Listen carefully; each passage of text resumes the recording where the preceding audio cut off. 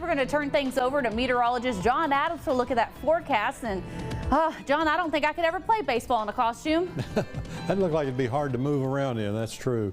As far as the weather is concerned, it has been unseasonably warm and dry. Looks like it's going to stay that way for maybe another couple of days. And of course, nothing has changed as far as our burn bans are concerned, even though we have had a few spotty showers in East Texas the last couple of days. Nothing that ended that 31-day streak of dry weather.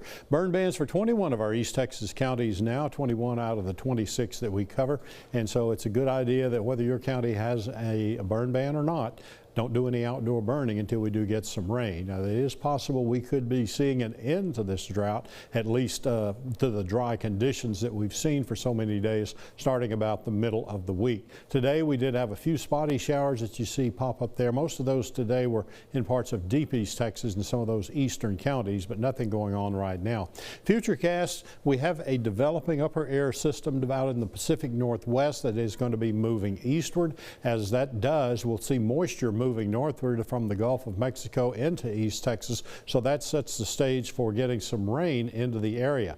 That will happen when this front moves into the area. That's going to be happening on Wednesday. We'll see a line of showers and thunderstorms, and there's a potential that there could be some severe weather as far south as about I-30 there in the northern part of East Texas, and then it stretches from there upward through eastern Oklahoma, western Arkansas, and up into the western part of Missouri and eastern Kansas. Large hail and some damaging gusty winds will be the main threat if we do see some severe weather develop, and that would be most likely if we see that on Wednesday. High temperatures today, we were short of the records, but not by much. The records were 90, 91, and 93 for Tyler, Longview, and Lufkin respectively. All three hit 89 degrees this afternoon, so we were knocking on the door of that record high. Tyler did set a new record high on Saturday of 91 degrees. Temperatures right now we're in the 70s. They'll continue to fall a little bit, going on down into the 60s by morning, and then in the afternoon tomorrow we're still not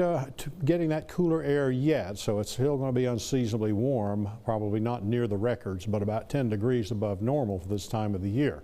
Next 7 days, we will see those temperatures after Wednesday begin to trend downward. That's getting us back into the area where we expect to be this time of the year. That is the mid-70s, and that should be starting to warm up again over the weekend. Now, tonight we're expecting a low of 66, mostly clear skies, southeast winds around 5 miles per hour. Monday, the high 86. It'll be sunny, south winds at 10 with gusts up to 20 miles per hour. They could be as high as 25 to 30 miles per hour on Tuesday.